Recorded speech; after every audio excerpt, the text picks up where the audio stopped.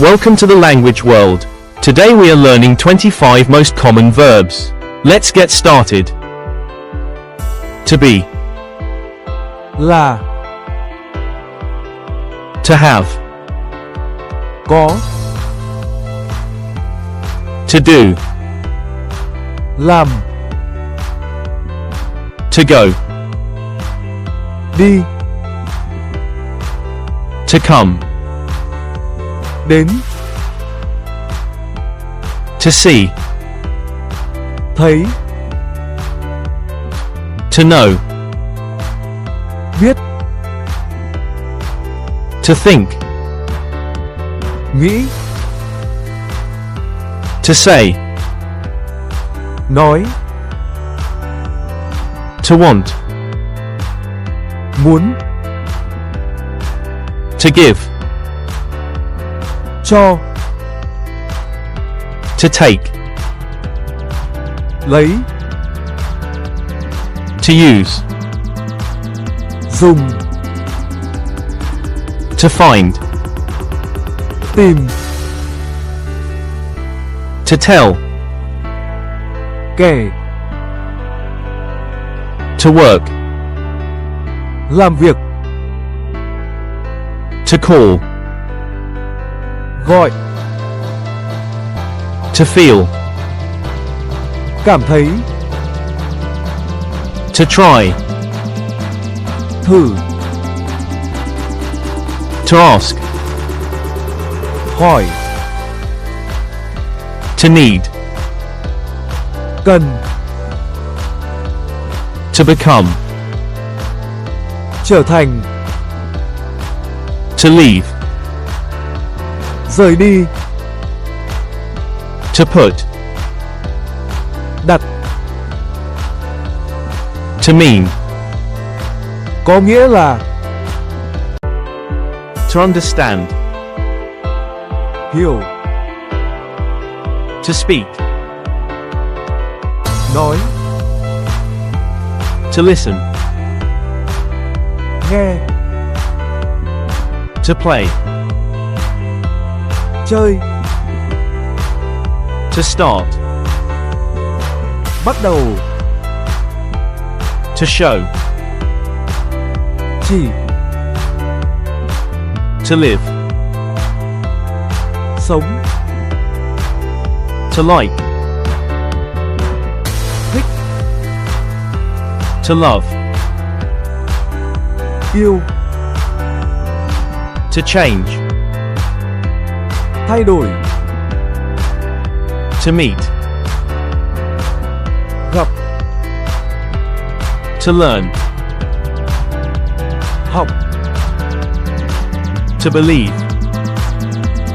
tin, to run, chạy, to help,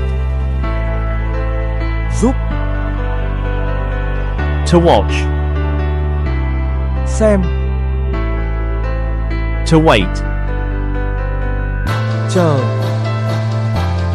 to remember, nhớ, to stay, ở, to buy, mua, to sell, bán, to pay, trả, to lose, mất, to win, thắng, to create. tạo, Quiz time. gọi, gọi,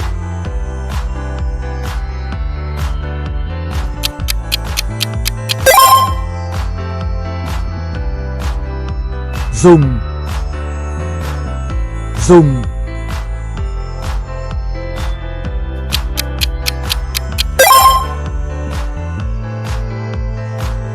biết, biết,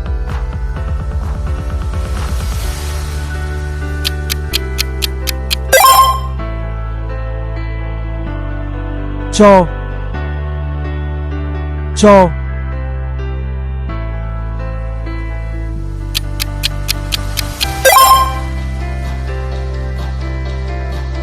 cần, cần,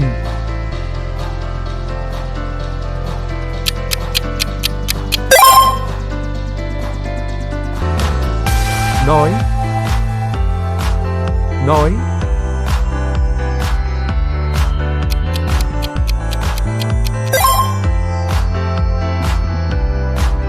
mua,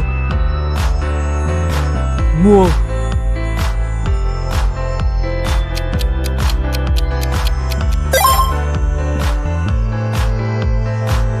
chơi,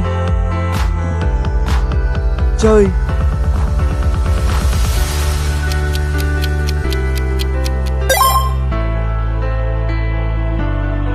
yêu,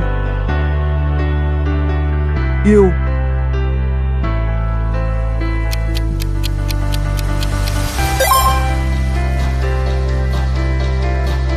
học, học,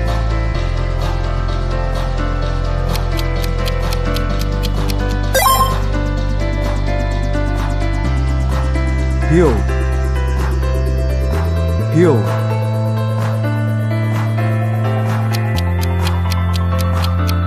Leave your answer in the comments. Thanks for watching. Don't forget to subscribe to our channel to learn more languages. See you in the next videos.